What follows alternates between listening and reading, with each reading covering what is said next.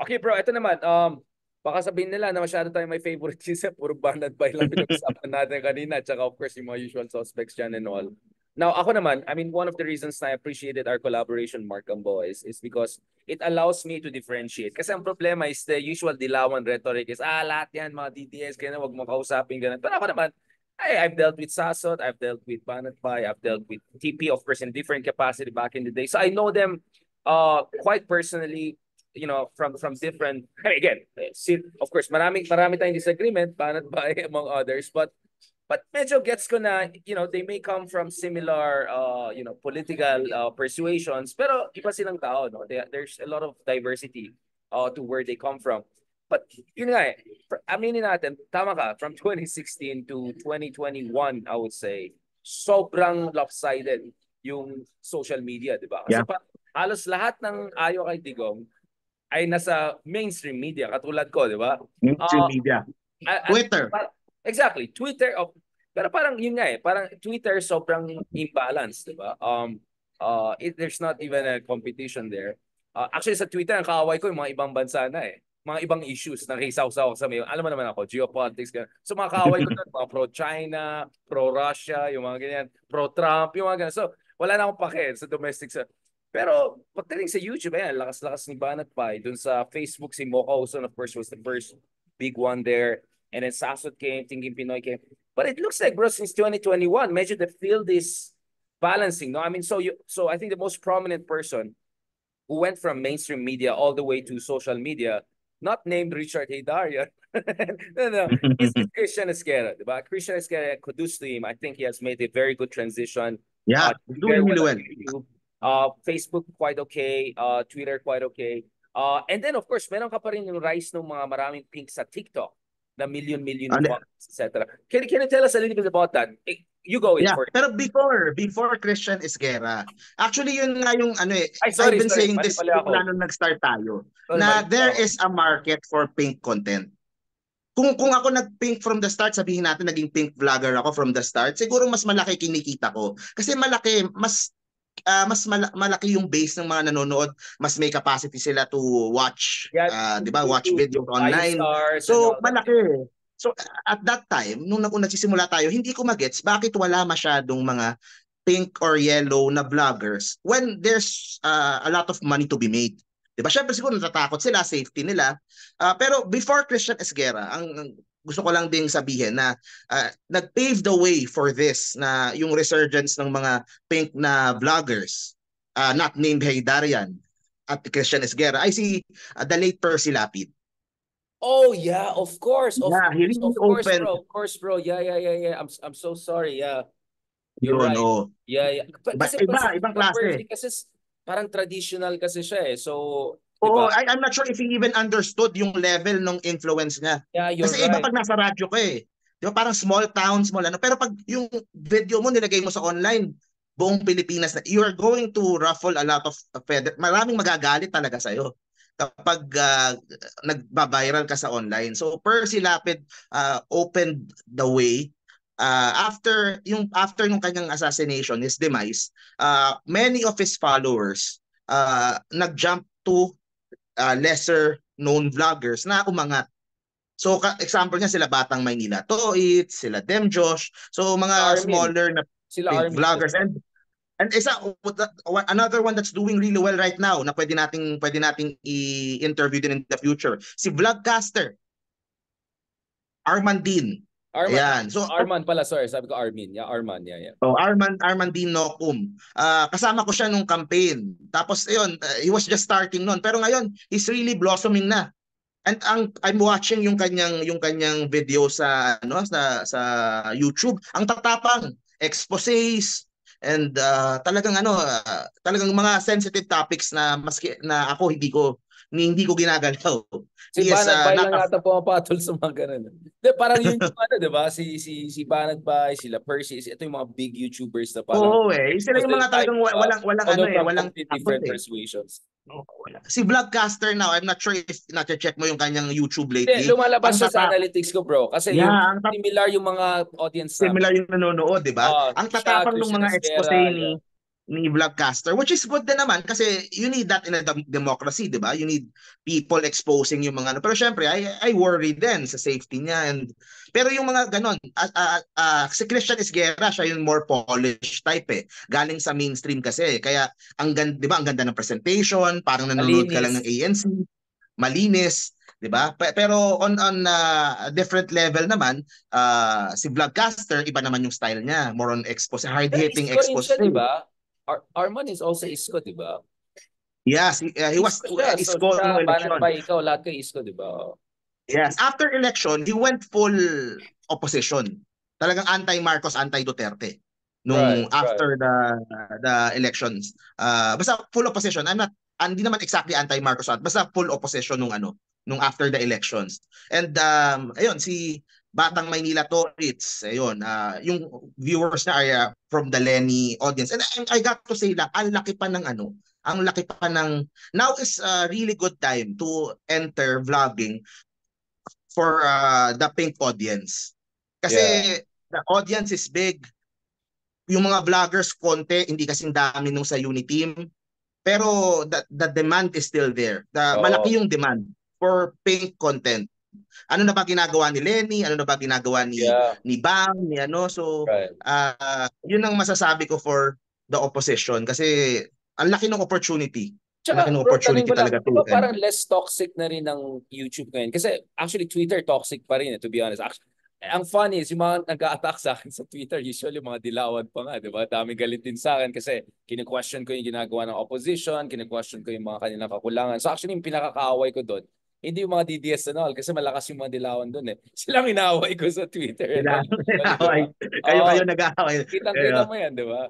Pero sa Oo. YouTube, I mean, pansin ko, gumanda na, hindi na ganun like I'm looking at the comments hindi. right now. Actually I maganda, would I hindi na would ganun ka-toxic. hindi kasi nawala ng interes eh. After BBM 1, for 1.5 years, nawala ng interes ng tao kasi siguro iniisip ko BBM is a boring president. 'Di ba? I'm not saying that as a parang insult or ano. Yun lang talaga yung style niya. He Parang talks. ibang He presidents na talks. boring, 'di ba? Yung He usual talks. natin. So hindi unlike Digong 24-hour news cycle, araw-araw may balita, may kaaway.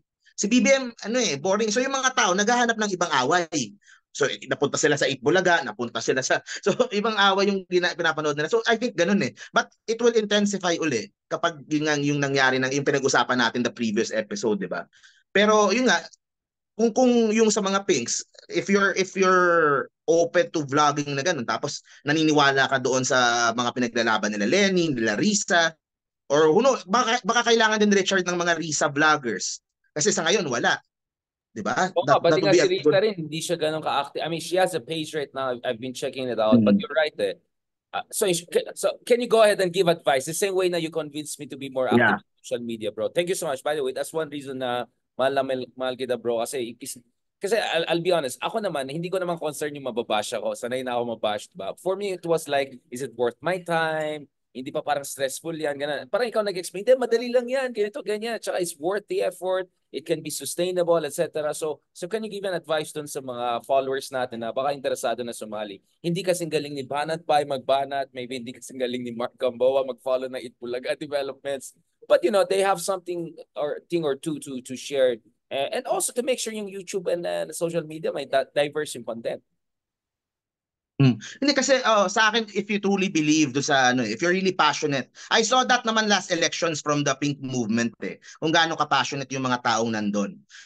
Yung mga supporters ni Risa, nakita ko din passionate. Kung use that passion lang and turn it to a career that will earn you more than a regular job, regular day job. Talagang maganda. And ngayon, kumpara nung time ni Digong, mas safe maging Yes. Risa vlogger, Lenny vlogger. 'Di ba? Hindi kasing toxic nung talagang awayan before. So yun ang nakikita kong kulang siguro. If the opposition is looking at Risa as one of the future standard bearers of the party, of the movement, there should be Risa vloggers na talagang ang ano nila is to grow yung audience following Risa. Ano ba ang stand ni Risa dito? Ano ba ang stand ni Risa sa ganon? Inaway si Risa ni ganito so i-report ko yon. So the same way na ako when I did Isko, 'di ba? Everything about Isko, lahat ng umaaway sa kanya, lahat ng lahat ng mga projects niya, lahat ng magagandang. So, Riza ano, needs like a Mark si Gamboa of her own. Riza needs her own Mark Gamboa. parang ganun. Yeah, Yes, Andy. that's what I Kasi mean. bro, tama ka. Sorry, again, I'm cutting it. Na-excite ako sa topic ito kasi yung left, yung makabayan, para meron din sila maraming bagong mga vloggers na interesting. And in fact, may mga progressive vloggers like si Matilda. Yung yung magpo-poste siya, yung tatalon siya sa poste na ganyan. Tapos, I Jara! haven't seen it pa. Ay bro, forward kasi sobrang the best Matilda. din si Matilda. Tapos pag-usapan niya yung mga welga, pag-usapan niya yung mga rallies, yung mga usapin talaga masa-masa. Pero galing sa Mga progressive progressive side. issue. So, actually, in fairness, marami mga Gen Z, mga kabataan, mga bata, na mga 20s, mga gano'n na pumapasok dito. So, tama ka, yung medyo kulang is yung center-left, no? Or center-center. Well, center It liberals, depends marami kasi rin. kung Marami. sino ang tinitingnan Center-left nyo ang na kulang. future. Tama ka. 'Di ba? Many people are looking at Raffy Tulfo as a possible presidential candidate. Marami na ngayong mga Raffy vloggers. Marami na ding anti-Raffy vloggers, 'di ba? So meron na eh. May naglalaban na eh. Pero like if you're looking at her as a future leader, dapat you should start developing na that audience na who follows every day. Kasi ganun sa YouTube eh. Yung mga DDS, yung mga pink, nanonood sila araw-araw eh. Ano bang update ngayon? Ano bang ginawa ni Risa ngayon? Nagkaroon ng ganitong issue, anong reaction ni Risa? Ay inaaway si Risa. Or kung sino man, kung si Chel o kung si Bam o kung sino man ang next in line for the pink. Yung sa TikTok maganda din naman yung mga ibang doon, ibang mga pink na supporting yung pink movement dun sa TikTok. Kasi syempre hindi ganun ka-sustainable kasi wala namang kita per video. On that note, thank you very much, bro. Medyo pinalis na ako ngayon. Alam mo naman dito Okay. sa probinsya, medyo mabilis kami. Hindi naman kami provincial sa Baguio, pero medyo, kailangan namin magsara ng Baguio. No, I really appreciate it. Thank you so much, bro, for mentioning Thank you. Percy Lapid.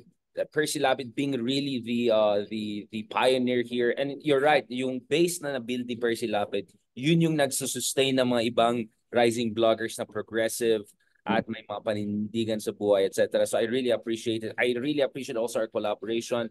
Even yung mga collaboration natin with people from the other side na tinitroll tayo ngayon at saka followers natin.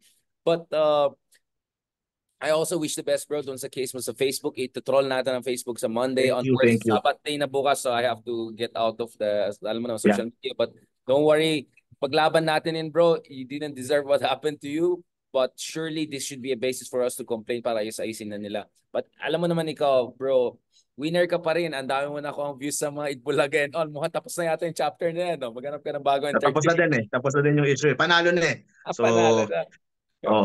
ano na, election season na ang next eh. Yun na ang next na, Diyos ko po, magulo na naman. Balik na naman yung toxic sa buhay ko. Akala, napahinga ako na 1 taon eh. Ano na naman? Balik gulo na naman. All right. On that note, thank you so much sa'yo, Mark Gamboa, joining us, the vlogger extraordinaire, our very good friend. And I'm sure tuloy-tuloy ang success mo this year, God willing. And thank you also to sa followers na we have also friends from Malaysia, Hazlin Abdul Hamid joining us, friends DDS, friends PBMers, friends Pink, ang dami natin mga followers, supporters. Actually, YouTube medyo mas wild eh. Pansin ko yung YouTube following ko, sobrang diverse. Unlike yung Facebook and Twitter ko, medyo alam ko na. Pero ito very diverse. YouTube mo, lumalakas ha. Congrats ha. Thank you Pina-follow so ko, much, bro. tinitingnan ko yung Medyo nagigets ko na how to make it work eh. Nung una parang nailang ako eh. But napansin. At next na gagawin natin, bro, mag-TikTok live na tayo. May mga nagme-message sa akin. Pwede. Yun naman. Mag-live ka na rin, sir, dito para makita ka namin. Ganun. So, in the future, set up din tayo ng TikTok live. Sorry, walang internet masyado ngayon. Kaya itong dalawa lang, nahirapan na. Thank you, bro. God bless you. Happy New Year. Thank you. And Project God, Pilipinas. ayos na rin yung issue mo and dadami pa rin yung followers mo and yung engagement mo. Talk to you soon, bro. Bye-bye.